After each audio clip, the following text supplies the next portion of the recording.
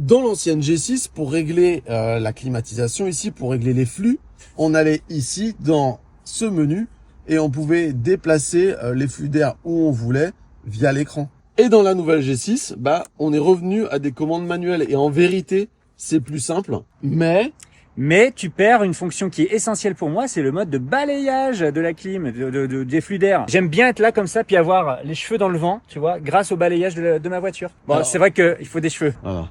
C'est la dernière fois que je fais une vidéo avec lui. Et dans l'écran de gestion de la clim, on voit les flux, mais on peut pas les bouger. On peut juste dire là, on veut sur la tête, mais on peut plus rien faire. Par contre, ce qui est génial chez Xpeng, c'est que quand ça chauffe, c'est en rouge.